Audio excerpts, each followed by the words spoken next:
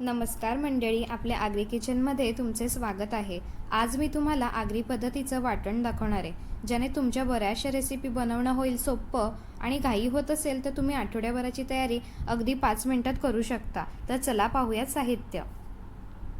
मी इकडे सुक्या खोबऱ्याचे तुकडे, आलं, हिरवी मिरची, लसूण पाकळ्या, ताजी कोथिंबीर घेतलेली आहे।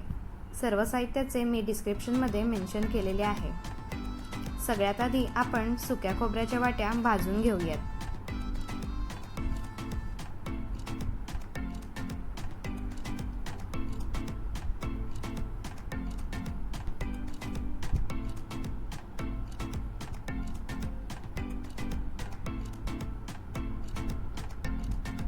दोन्ही साइडनी चांगल्या भाजून घ्यायच्या। हे बघा, अशा प्रकारे आपण भाजून घ्यायच्या।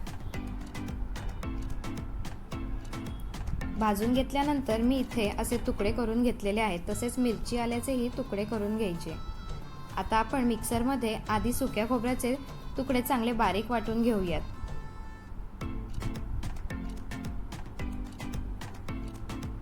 हे बघा, छान बारीक झालंय।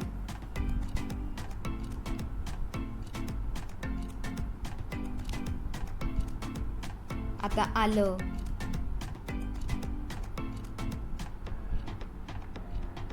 मिरचीचे तुकडे, लसूण पाकळ्या,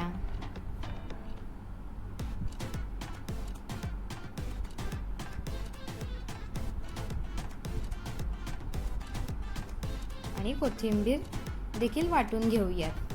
ही बघा, पेस्ट तयार आहे। शक्यतो मी हे दोन्ही सेपरेटच वाटून घेते, जेणेकरून छान बारीक पेस्ट होते।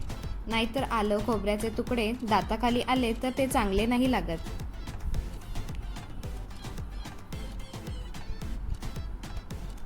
आता दोन्ही आपण चांगलं मिक्स करून घेऊयात। तुम्हाला हवं असेल तर तुम्ही एकत्रही वाटून घेऊ शकता।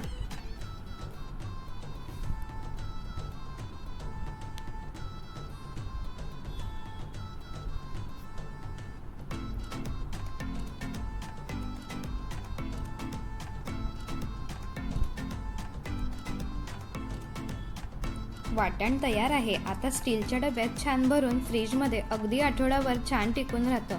फक्त ग्रेव्हीतच नाही तर तवा फ्राय असो, मच्छी असो, कालवण असो, मटण असो, चिकन असो, व्हेज कडधान्याच्या भाज्या असो, या एका वाटणाचा वापर करून तुम्ही प्रत्येक जेवणाची चव वाढवू शकता आणि वेळही वाचवू शकता।